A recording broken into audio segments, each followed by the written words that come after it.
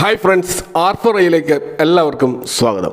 July 18 കഴിഞ്ഞ വെള്ളിയാഴ്ചത്തെ ആ ഒരു ട്രേഡിംഗ് ഡേയിൽ ഇന്ത്യൻ സ്റ്റോക്ക് മാർക്കറ്റിലെ പ്രധാനപ്പെട്ട ബെഞ്ച് മാർക്ക് ഇൻഡെക്സുകളായിട്ടുള്ള നിഫ്റ്റി ആയാലും സെൻസെക്സ് ആയാലും അതൊക്കെ വളരെ വീക്കായിട്ടുള്ള ഒരു നെഗറ്റീവ് ക്ലോസിംഗ് ആണ് നൽകിയത് നമ്മൾ കണ്ടതാണ്. ഇത് തുടർച്ചയായിട്ട് കഴിഞ്ഞ 3 ആഴ്ചകളിൽ റിപ്പീറ്റ് ചെയ്തുകൊണ്ടിരിക്കുന്ന ഒരു കാര്യമായിട്ടാണ് നമ്മൾ കാണുന്നത്. അപ്പോൾ എല്ലാ ആഴ്ചയും അതിൻ്റെ തുടക്കത്തിൽ ആദ്യത്തെ 1-2 ദിവസങ്ങളിൽ ഒരു ബുള്ളിഷ് മൂവ് ഉണ്ടാവുകയും ഒരു പ്രതീക്ഷ നൽകുകയും പിന്നീട് ആ വീക്ക് അവസാനിക്കുമ്പോൾ അത് നെഗറ്റീവിൽ ക്ലോസ് ചെയ്യുകയും ചെയ്യുന്നതായിട്ടാണ് കഴിഞ്ഞ 3 ആഴ്ചകളിലെ ഒരു പാറ്റേൺ ശ്രദ്ധിച്ചാൽ നമുക്ക് മനസ്സിലാക്കാൻ കഴിയുന്നത്. ഇപ്പോൾ നിഫ്റ്റി 50 കഴിഞ്ഞ ദിവസം 25,000 എന്നുള്ള ആ ഒരു വളരെ ഇമ്പോർട്ടൻ്റ് ആയിട്ടുള്ള ആ ഒരു സൈക്കോളജിക്കൽ ലെവൽ ബ്രേക്ക് ചെയ്തിരിക്കുകയാണ്. അപ്പോൾ കഴിഞ്ഞ 3 ആഴ്ചകളായിട്ട് തുടർച്ചയായിട്ട് താഴോട്ടേക്ക് വന്നിട്ട് അവസാനം ഒരു ക്ലൈമാക്സ് ആണ് ഇപ്പോൾ നമ്മൾ കണ്ടത്. അപ്പോൾ മൊത്തത്തിൽ ഏകദേശം 3% ഒരു ഡിക്ലൈൻ ആണ് നിഫ്റ്റി 50യിൽ ഏറ്റവും ഒടുവിൽ കാണുന്നത്. അപ്പോൾ കഴിഞ്ഞ ആഴ്ച തീർച്ചയായിട്ടും മാർക്കറ്റിനെ പുറകോട്ട് വലിച്ചത് ആക്സിസ് ബാങ്കിൻ്റെ റിസൾട്ടാണ്. അത് സ്ട്രീറ്റ് എസ്റ്റിമേറ്റിനെ മിസ് ചെയ്തിരുന്നു. കൂടാതെ ആക്സിസ് ബാങ്കിൽ ഉണ്ടായിട്ടുള്ള ആ ഒരു റിസൾട്ട് അത് തീർച്ചയായിട്ടും വരാൻ പോകുന്ന മറ്റ് ഹെവി വെയിറ്റ് ബാങ്കിങ് സ്റ്റോക്കുകളുടെയും റിസൾട്ട് അങ്ങനെ തന്നെ ആയിരിക്കാം എന്നുള്ള ഒരു ധാരണ അല്ലെങ്കിൽ ആ രീതിയിലുള്ള ഒരു ഇമ്പാക്ട് മൊത്തത്തിൽ ഇൻവെസ്റ്റേഴ്സിന് ഉണ്ടാവുകയും അതിൻ്റെ അടിസ്ഥാനത്തിൽ ഒരു കോഷ്യസ് ആയിട്ടുള്ള സ്റ്റാൻഡ് ഇൻവെസ്റ്റേഴ്സ് എടുക്കുകയും അതിൻ്റെ ഭാഗമായിട്ടുള്ള ഒരു ഡ്രോപ്പാണ് നമുക്ക് മൊത്തത്തിൽ മാർക്കറ്റിൽ ഉണ്ടായത്. അപ്പോൾ അതുകൊണ്ടാണ് നിഫ്റ്റി ആ 24,900 എന്നുള്ള ഒരു ഇമ്മീഡിയറ്റ് സപ്പോർട്ടിലേക്ക് ടച്ച് ചെയ്തുകൊണ്ട് ഒരു 24,968 കഴിഞ്ഞ ആഴ്ച ഒരു ക്ലോസിംഗ് നടത്തിയിട്ടുള്ളത്. കൂടാതെ US ഇന്ത്യ ട്രേഡ് ഡീലുമായി ബന്ധപ്പെട്ടിട്ടുള്ള ആ ഒരു അനിശ്ചിതത്വം തുടരുന്നതിനാലും മൊത്തത്തിൽ മാർക്കറ്റിന്റെ ആ ഒരു വീക്ക്നെസ്സിനെ കൂടുതൽ താഴോട്ടേക്ക് കൊണ്ടുപോകുന്ന രീതിയിലുള്ള ഒരു ക്ലോസിംഗ് ആണത്. അപ്പോൾ ആ ഒരു ഫ്രൈഡേ ക്ലോസിങ്ങിന് ശേഷം പ്രധാനപ്പെട്ട ഇവന്റുകളൊക്കെ നടന്നു കഴിഞ്ഞിട്ടുണ്ട്. ഇപ്പോൾ HDFCയുടെ റിസൾട്ട് വന്നു, ICICI ബാങ്കിന്റെ റിസൾട്ട് വന്നു, റിലയൻസിന്റെ റിസൾട്ട് വന്നു. അപ്പോൾ ഇതൊക്കെ തീർച്ചയായിട്ടും മൺഡേ മുതൽ മാർക്കറ്റിൽ വലിയ തോതിലുള്ള വോളറ്റിലിറ്റി സൃഷ്ടിക്കാൻ പര്യാപ്തമാകുന്ന ഒരു സംഭവ വികാസങ്ങളാണ്. ഇവിടെ റിലയൻസിന്റെ ഒരു റിസൾട്ട് നമ്മൾ നോക്കിക്കഴിഞ്ഞാൽ അവിടെ ഇയർ ഓൺ ഇയറിൽ 5% ഒരു റവന്യൂ ഗ്രോത്ത് ഉണ്ടായിട്ടുണ്ട്. എന്നാൽ പ്രോഫിറ്റിൽ 78% ഒരു വമ്പിച്ച ഒരു ഫിഗറാണ് കാണുന്നത്. 78% ഒരു ഗ്രോത്ത് റിലയൻസ് പോലുള്ള ഒരു സ്റ്റോക്കിൽ തീർച്ചയായിട്ടും അത്ഭുതപ്പെടുന്ന ഒരു ഗ്രോത്താണ്. പക്ഷെ അവിടെ അത് അനലൈസ് ചെയ്യുമ്പോൾ ആ ഒരു പ്രോഫിറ്റിൽ അതർ ഇൻകം എന്ന രീതിയിൽ 15,119 കോടിയുണ്ട്. ആ 15,119 കോടിയിൽ 8,924 കോടി ഏഷ്യൻ പെയിന്റ്സിന്റെ ഷെയറുകൾ റിലയൻസ് വിറ്റതിന്റെ ഫലമായിട്ടുണ്ടായതാണ്. അതുകൂടാതെ മറ്റ് സ്റ്റേക്കുകളും വിറ്റിട്ട് വന്നിട്ടുള്ള അല്ലെങ്കിൽ ഇൻവെസ്റ്റ്മെന്റ് ആക്ടിവിറ്റിയിൽ നിന്ന് വന്നിട്ടുള്ളതാണ്. അതൊരിക്കലും ബിസിനസ് ഇൻകം അല്ല. അങ്ങനെ നോക്കുമ്പോൾ ഈ 15,000 കോടി മൈനസ് ചെയ്ത് കഴിഞ്ഞാൽ ടോട്ടൽ പ്രോഫിറ്റ് ആയിട്ട് 30,783 കോടി എന്ന ഒരു ഫിഗർ തീർച്ചയായിട്ടും താഴോട്ടേക്ക് വരും. അങ്ങനെ നോക്കുമ്പോൾ അവിടെ ഒരു 25% പ്രോഫിറ്റ് ഗ്രോത്ത് മാത്രമാണ് കാണാൻ കഴിയുക. അപ്പോൾ 78% പ്രോഫിറ്റ് ഗ്രോത്ത് അത് അതർ ഇൻകം ആണ് എന്ന് നമ്മൾ തിരിച്ചറിയണം. എങ്കിൽ പോലും അത് മോശമല്ലാത്ത ഒരു റിസൾട്ടാണ്. സ്ട്രീറ്റ് എസ്റ്റിമേറ്റിനെ ബീറ്റ് ചെയ്ത ഒരു റിസൾട്ട് തന്നെയാണ്.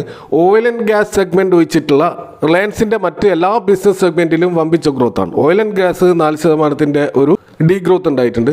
അപ്പോൾ ജിയോ ഡിജിറ്റൽ സർവീസാണ് ഏറ്റവും പ്രധാനമായിട്ടുള്ള കോൺട്രിബ്യൂട്ടർ ആയിട്ടുള്ള ഇവരുടെ ബിസിനസ്സിൽ. അപ്പോൾ റിസൾട്ട് പ്രഖ്യാപിച്ചുകൊണ്ട് മുകേഷ് അംബാനി പറഞ്ഞിട്ടുള്ളത് ഓരോ 4-5 വർഷം കഴിയുമ്പോൾ റിലയൻസ് നേരെ അതിൻ്റെ ഗ്രോത്ത് ഡബിൾ ആവാറുണ്ട്. ആ ഒരു ട്രാക്ക് റെക്കോർഡ് നമ്മൾ കീപ്പ് ചെയ്യുമെന്നും ഈ ഒരു 5 വർഷം കൂടുമ്പോൾ കമ്പനി ഡബിൾ ആകുന്ന ആ ഒരു പ്രോസസ്സ് തുടരുമെന്നൊക്കെയാണ്. അപ്പോൾ ആ രീതിയിലുള്ള വളരെ പോസിറ്റീവായിട്ടുള്ള ഒരു കമൻട്രിയാണ് നമുക്ക് റിലയൻസിൽ കാണാൻ കഴിയുക. എന്നാൽ HDFC ബാങ്കിലേക്ക് വന്നു കഴിഞ്ഞാൽ HDFC ബാങ്കിന്റെ ഇയർ ഓൺ ഇയർ സെയിൽസിൽ 7% റവന്യൂ ഗ്രോത്ത് ഉണ്ടായിട്ടുണ്ട്. എന്നാൽ പ്രോഫിറ്റ് വളരെയധികം ഫ്ലാറ്റ് ആണ്. ക്വാർട്ടർ ഓൺ ക്വാർട്ടറിൽ -11.4% ഒരു ഡ്രോപ്പാണ് ക്വാർട്ടർ ഓൺ ക്വാർട്ടർ പ്രോഫിറ്റിൽ കാണുന്നത്. പക്ഷെ തീർച്ചയായിട്ടും അത്തരത്തിലുള്ള ഒരു ഡ്രോപ്പ് HDFC ബാങ്കിൽ വരാൻ പാടില്ലാത്തതാണ്. കാരണം HDFCയുടെ പ്രധാനപ്പെട്ട ഒരു ഫൈനാൻഷ്യൽ NBFC ആയിട്ടുള്ള HDB ഫൈനാൻഷ്യൽ സർവീസിന്റെ IPO വന്നത് കഴിഞ്ഞ ക്വാർട്ടറിലാണ്. അപ്പോൾ തീർച്ചയായിട്ടും ആ ഒരു IPO വഴി 9,128 കോടിയുടെ ഒരു ഇൻകം തീർച്ചയായിട്ടും HDFCക്ക് ഉണ്ട്. അപ്പോൾ അതും കൂടി അടങ്ങിയ ഒരു പ്രോഫിറ്റാണ് ഈ -11.4% ഡീ ഗ്രോത്ത്. അപ്പോൾ സ്വാഭാവികമായിട്ടും അത്തരം ഒരു ഫൈനാൻഷ്യൽസിന്റെ IPO കൂടി ഇല്ലായിരുന്നെങ്കിൽ HDFC ബാങ്കിന്റെ റിസൾട്ട് ഇതിലും പരിതാപകരമായ അവസ്ഥയിലാകുമായിരുന്നു. ഇത് കൂടാതെ തന്നെ HDFCയുടെ പ്രൊവിഷൻസ് വർദ്ധിച്ചിട്ടുണ്ട്. അവർ കൊടുത്ത കടങ്ങൾ തിരിച്ചു കിട്ടുമോ എന്ന ഭയം കാരണം അല്ലെങ്കിൽ ബാഡ് ഡെപ്റ്റ് ആകാനുള്ള സാധ്യത ഉള്ളത് കൊണ്ട് പ്രൊവിഷൻസ് ആയിട്ട് മാറ്റിവെക്കുന്ന പണം അത് കൂടിയിട്ടുണ്ട്. 14,000 കോടിക്ക് മുകളിലേക്ക് പോയിട്ടുണ്ട്. കൂടാതെ ഗ്രോസ് NPA നമ്മൾ നോക്കുമ്പോൾ കഴിഞ്ഞ വർഷം ഇതേ ക്വാർട്ടറിൽ ഉണ്ടായിരുന്നത് അതാണ് ഇപ്പോൾ 1.4 ആയിട്ട് ഉയർന്നിട്ടുള്ളത്. കഴിഞ്ഞ ക്വാർട്ടറിലും 1.33 ആയിരുന്നു. അത് ഉയർന്നതായിട്ടും ഇവിടെ കാണാൻ കഴിയും. അപ്പോൾ തീർച്ചയായിട്ടും HDFC ബാങ്കിന്റെ റിസൾട്ട് സ്ട്രീറ്റ് എസ്റ്റിമേഷനെ മിസ് ചെയ്തിട്ടില്ലെങ്കിലും ഒരു ഇംപ്രസീവ് അല്ലാത്ത അല്ലെങ്കിൽ ഫ്യൂച്ചറിൽ ആശങ്ക സൃഷ്ടിക്കുന്ന റിസൾട്ടാണ് HDFC ബാങ്കിൽ നമ്മൾ കാണുന്നത്. ഏതായാലും ഇൻവെസ്റ്റേഴ്സിനെ അവർ കൂടുതലായിട്ട് പരിഗണിച്ചിട്ടുണ്ട് എന്ന് കാണാൻ കഴിയും. 1:1 എന്നുള്ള ബോണസ് പ്രഖ്യാപിച്ചിട്ടുണ്ട്. അതുപോലെ ഒരു സ്പെഷ്യൽ ഇൻട്രീം ഡിവിഡൻഡ് പ്രഖ്യാപിച്ചിട്ടുണ്ട്. ആ രീതിയിലൊക്കെ ഉള്ള ചില കോർപ്പറേറ്റ് ആക്ഷൻസ് ഒക്കെ ഉണ്ടായിട്ടുണ്ടെങ്കിൽ ഓവറോൾ ബിസിനസ്സിൽ അസറ്റ് ക്വാളിറ്റി വലിയ തോതിൽ ഡിറ്റീരിയോറേറ്റ് ആവുക എന്ന് പറയുന്നത് തീർച്ചയായിട്ടും ഒരു ബാങ്കിങ് സ്റ്റോക്കിനെ സംബന്ധിച്ചിടത്തോളം, പ്രത്യേകിച്ച് ഇന്ത്യയിലെ ഏറ്റവും ലീഡിംഗ് ആയിട്ടുള്ള ഒരു ബാങ്കിനെ സംബന്ധിച്ചിടത്തോളം അത് ഉണ്ടാക്കുന്ന ഇമ്പാക്റ്റ് മറ്റ് ബാങ്കുകളിലും തീർച്ചയായിട്ടും പ്രതിഫലിക്കും എന്ന് നമ്മൾ മനസ്സിലാക്കേണ്ടതുണ്ട്. മറ്റൊരു പ്രധാനപ്പെട്ട ഹെവി വെയിറ്റ് സ്റ്റോക്കും HDFCയുടെ പ്രധാനപ്പെട്ട കോമ്പറ്റേറ്ററുമായിട്ടുള്ള ICICI ബാങ്കിന്റെ റിസൾട്ട് നോക്കിക്കഴിഞ്ഞാൽ ഇയർ ഓൺ ഇയറിൽ 10% റവന്യൂ ഗ്രോത്ത് ഉണ്ടായിട്ടുണ്ട്. പ്രോഫിറ്റിലാണെങ്കിൽ 15% ഗ്രോത്തും ഉണ്ടായിട്ടുണ്ട്. അതുപോലെ ICICI ബാങ്കിന്റെ ഗ്രോസ് NPA നോക്കുകയാണെങ്കിൽ അത് കുറഞ്ഞതായിട്ടാണ് കാണുന്നത്. കഴിഞ്ഞ വർഷം ഇതേ ക്വാർട്ടറിൽ 2.15% ഉണ്ടായിരുന്നത് ഇപ്പോൾ 1.67 എന്നുള്ള ലെവലിൽ നിൽക്കുകയാണ്. ഇത് കഴിഞ്ഞ മാർച്ചിൽ ക്വാർട്ടറിൽ ഉണ്ടായിരുന്ന 1.67 അതേ ലെവലിൽ നിൽക്കുകയാണ്. അപ്പോൾ അവിടെ അവരുടെ അസറ്റ് ക്വാളിറ്റി ഡിറ്റീരിയോറേറ്റ് ചെയ്തിട്ടില്ല എന്ന് നമുക്ക് കാണാൻ കഴിയും. അപ്പോൾ HDFC ബാങ്കിനെയും ICICI ബാങ്കിനെയും താരതമ്യം ചെയ്യുമ്പോൾ തീർച്ചയായിട്ടും ICICI ബാങ്ക് അവരുടെ മാർജിൻ ഇംപ്രൂവ് ചെയ്യുന്ന കാര്യത്തിലും അസറ്റ് ക്വാളിറ്റിയിലും കൂടാതെ ലോൺ ബുക്ക് വർദ്ധിപ്പിക്കുന്ന കാര്യത്തിൽ ലോൺ ബുക്ക് ഏകദേശം ഇരട്ടിയായിട്ട് വർദ്ധിച്ചിട്ടുണ്ട്. അപ്പോൾ എല്ലാ അർത്ഥത്തിലും HDFC ബാങ്കിനെ വലിയ തോതിൽ ബീറ്റ് ചെയ്തിട്ടാണ് ICICI ബാങ്ക് നമ്മൾ കാണുന്നത്. മറ്റൊരു ബാങ്കായിട്ടുള്ള AU സ്മോൾ ഫിനാൻസ് ബാങ്കിന്റെ റിസൾട്ടും നല്ല റിസൾട്ടായിരുന്നു. പക്ഷെ അവിടെ അസറ്റ് ക്വാളിറ്റി താഴോട്ടേക്ക് പോയതായിട്ട് കാണാം. സെയിൽസിൽ 16% ഗ്രോത്ത് ഉണ്ട്, പ്രോഫിറ്റിൽ 15% ഗ്രോത്ത് ഒക്കെ ഉണ്ട്. പക്ഷേ അസറ്റ് ക്വാളിറ്റി 1.67 എന്ന ലെവലിൽ ജൂൺ 2024 ഉണ്ടായിരുന്നത് ഈ ജൂണിൽ കാണുന്നത് 2.47 എന്നുള്ള വർധനമാണ്. കൂടാതെ കഴിഞ്ഞ ക്വാർട്ടറിൽ 2.28 മാത്രം ഉണ്ടായിരുന്നത് ഇപ്പോൾ 2.47 ആയിട്ട് വർദ്ധിച്ചിരിക്കുന്നു. തീർച്ചയായിട്ടും സ്മോൾ ഫിനാൻസ് ബാങ്കുകളിൽ അസറ്റ് ക്വാളിറ്റിയെ കുറിച്ച് വലിയ തോതിലുള്ള ആശങ്ക നിലനിൽക്കുന്ന ഈ ഒരു സാഹചര്യത്തിൽ AU സ്മോൾ ഫിനാൻസ് ബാങ്കിന്റെ റിസൾട്ട് ഈ രീതിയിൽ വന്നത് മറ്റ് സ്മോൾ ഫിനാൻസ് ബാങ്കിന്റെ റിസൾട്ടുകൾ എത്രമാത്രം ഇമ്പാക്റ്റ് ഉണ്ടാക്കുമെന്ന് നമ്മൾ കണ്ടു തന്നെ അറിയേണ്ട ഒരു കാര്യമാണ്. മറ്റൊരു ഫൈനാൻസ് കമ്പനിയായിട്ടുള്ള ജിയോ ഫൈനാൻഷ്യൽ സർവീസസിന്റെ റിസൾട്ടും ഇതേപോലെ റവന്യൂവിൽ വമ്പിച്ച ഗ്രോത്ത് 46% വമ്പിച്ച ഗ്രോത്താണ് ജിയോ ഫൈനാൻഷ്യൽസിൽ ഉണ്ടായിട്ടുള്ളത്. പ്രോഫിറ്റ് പക്ഷേ ഫ്ലാറ്റ് ആയിട്ടാണ് കാണുന്നത്. നമുക്കറിയാം കഴിഞ്ഞ ക്വാർട്ടറിൽ വലിയ തോതിലുള്ള ബിസിനസ് ആക്ഷൻസ് എടുത്ത ഒരു ക്വാർട്ടറായിരുന്നു ജിയോ ഫൈനാൻഷ്യൽസിനെ സംബന്ധിച്ചിടത്തോളം. കാരണം അവർ ബ്ലാക്ക് റോക്ക് മ്യൂച്വൽ ഫണ്ട് മാർക്കറ്റിനെ പിടിച്ചു കുലുക്കിയിരുന്നു. കൂടാതെ SBIയിൽ നിന്നും അവരുടെ പേയ്മെന്റ് ബാങ്കിന്റെ ആ ഒരു സ്റ്റേക്ക് കംപ്ലീറ്റ് വാങ്ങിക്കൊണ്ട് പേയ്മെന്റ് ബാങ്കും ശക്തമാകുകയാണ്. ഇതുകൂടാതെ ഏറ്റവും ഒടുവിൽ നമ്മൾ കാണുന്നത് ജർമ്മൻ ഇൻഷുറൻസ് ജയന്റ് ആയിട്ടുള്ള അലയൻസുമായിട്ട് ജിയോ ഫിനാൻഷ്യൽസ് ഒരു ജോയിന്റ് വെഞ്ചറിലേക്ക് പോവുകയാണ്. ഈ 50-50 ജോയിന്റ് വെഞ്ചറിൽ അവർ ഇൻഷുറൻസ് മാർക്കറ്റിലും എൻ്റർ ചെയ്യാൻ പോവുകയാണ്. അപ്പോൾ ലൈഫ് ഇൻഷുറൻസും ജനറൽ ഇൻഷുറൻസ് മേഖലയിലുള്ള ഈ ഒരു കടന്നുകയറ്റം തീർച്ചയായിട്ടും മറ്റ് ഇൻഷുറൻസ് കമ്പനികളെയും അവരുടെ ബിസിനസ്സിനെയും ഡിസ്ട്രപ്റ്റ് ചെയ്യുന്ന രീതിയിലായിരിക്കാനാണ് സാധ്യത. നമുക്കറിയാം അലയൻസ് എന്ന് പറഞ്ഞ ഈ ഒരു ജർമ്മൻ കമ്പനി ബജാജുമായിട്ട് 2 പതിറ്റാണ്ടോളം നീണ്ട ഒരു ജോയിന്റ് വെഞ്ചർ ഉണ്ടായിരുന്നു. അവരത് ബ്രേക്ക് ചെയ്തിട്ട് ഇപ്പോൾ 4 മാസമായിട്ടുള്ളൂ.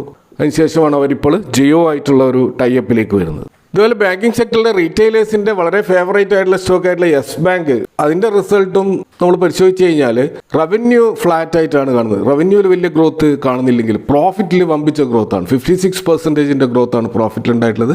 അതുപോലെ അവരുടെ അസറ്റ് ക്വാളിറ്റിയും ഇംപ്രൂവ് ആയിട്ടുണ്ട് എന്ന് കാണാൻ കഴിയും. കാരണം യെസ് ബാങ്ക് നമുക്കറിയാം അവർ ലോണ് തിരിച്ചടവുമായിട്ട് ബന്ധപ്പെട്ടിട്ടുള്ള ഇഷ്യൂസിലാണ് യെസ് ബാങ്ക് തകർന്നത്. തീർച്ചയായിട്ടും അവരുടെ ഗ്രോസ് NPA വളരെ ഇമ്പോർട്ടൻ്റ് ആണ്. അപ്പോൾ അവിടെ നമ്മൾ കാണുന്നത് കഴിഞ്ഞ വർഷം ഇതേ ക്വാർട്ടറിൽ അവരുടെ ഗ്രോസ് NPA 1.7 ആയിരുന്നു. ഇപ്പോൾ അത് 1.6 ആയിട്ട് നിൽക്കുന്നുണ്ട്.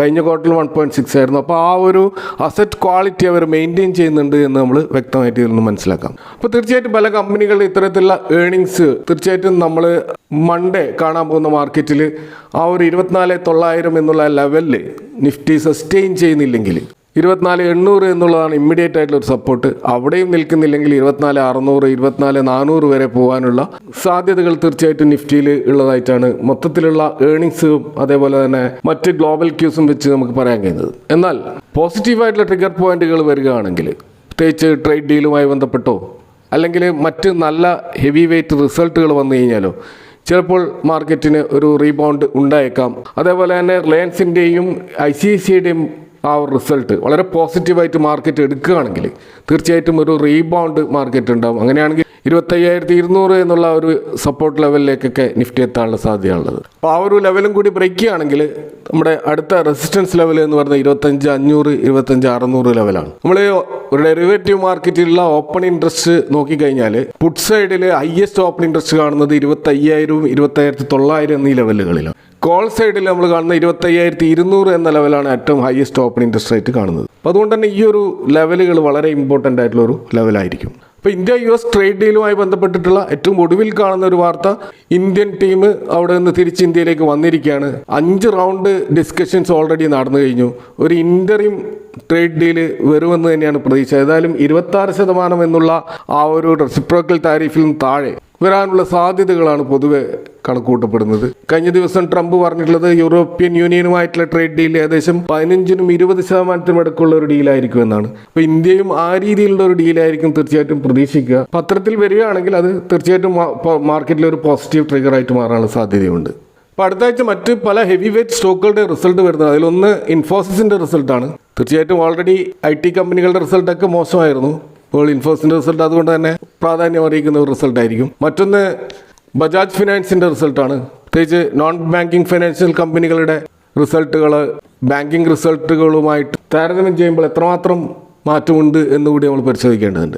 അതുപോലെ നെസ്ലെ ഇന്ത്യയുടെ റിസൾട്ട് വരുന്നുണ്ട്. FMCG സെഗ്മെൻറ്റിൻ്റെ ആ ഒരു മുന്നേറ്റം എങ്ങനെയായിരിക്കും എന്നുകൂടി അതിൽ നിന്ന് വ്യക്തമാകും. അതുപോലെ സിപ്ല, ഡോക്ടർ റെഡ്ഡി ലാബ്സ് പോലെയുള്ള കമ്പനികളുടെ റിസൾട്ടുകളും അടുത്ത ആഴ്ച വരുന്നുണ്ട്. ഇതുകൂടാതെ IPO സെഗ്മെൻറ്റിലേക്ക് നമ്മൾ നോക്കിക്കഴിഞ്ഞാൽ അവിടെ ഓത്തം ബയോസയൻസിൻ്റെ ലിസ്റ്റിംഗ് നടക്കുന്നത് മൺഡേ ആണ്.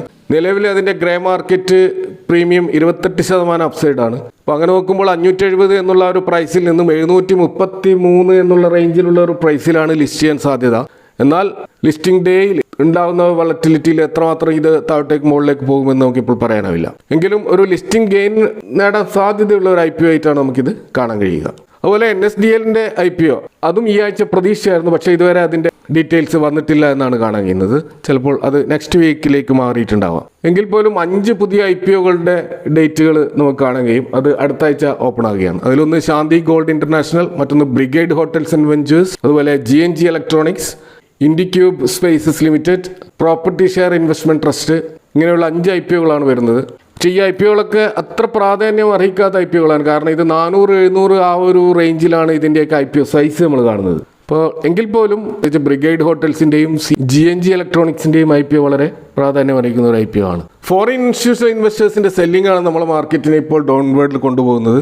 നമുക്ക് കഴിഞ്ഞ ഒരു മാസം അവർ സെല്ല് ചെയ്തത് 16,955 കോടിയുടെ സെല്ലിംഗ് ആണ് ഇതുവരെ ഈ ജൂലൈ മാസം FIIs നടത്തിയിട്ടുള്ളത്. എന്നാൽ അവിടെ ആശ്വാസകരമായ ഒരു കാര്യം, ഡൊമസ്റ്റിക് ഇൻവെസ്റ്റേഴ്സ് 21,893 കോടിയുടെ ബൈങ് നടത്തിയിട്ടുണ്ട്. കാരണം നമ്മുടെ ഡൊമസ്റ്റിക് ഇൻസ്റ്റിറ്റ്യൂഷണൽ ഇൻവെസ്റ്റേഴ്സിൻ്റെ ബൈങ് പവർ വല്ലാതെ വർദ്ധിച്ചിട്ടുണ്ട്.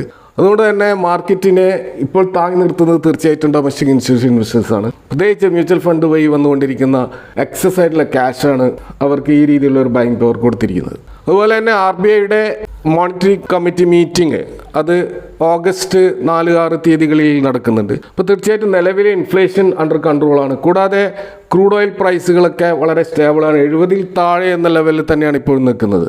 അപ്പോൾ ഇതൊക്കെ വളരെ പോസിറ്റീവായിട്ടുള്ള കാര്യമാണ്. അതിൻ്റെ അടിസ്ഥാനത്തിൽ റേറ്റ് കട്ട് തീർച്ചയായിട്ടും ഓഗസ്റ്റ് മാസം ഉണ്ടാകുമെന്നുള്ള റിപ്പോർട്ടുകളുണ്ട്. അങ്ങനെയാകുമ്പോൾ നമ്മുടെ മാർക്കറ്റിലെ ലിക്വിഡിറ്റി ഇനിയും വർദ്ധിക്കും. തീർച്ചയായിട്ടും അത് സ്റ്റോക്ക് മാർക്കറ്റിൽ ഗുണം ചെയ്യുമെന്ന് തന്നെയാണ് മനസ്സിലാക്കേണ്ടത്. ഇതൊക്കെയാണ് മൊത്തത്തിൽ നെക്സ്റ്റ് വീക്ക് മാർക്കറ്റിൽ നമ്മൾ എക്സ്പെക്ട് ചെയ്യുന്നത്. ഈ വിഷയങ്ങളുമായി ബന്ധപ്പെട്ട നിങ്ങളുടെ അഭിപ്രായങ്ങൾ കമൻറ്റുകൾ അറിയിക്കുക. Thank for watching. See you next time with another video.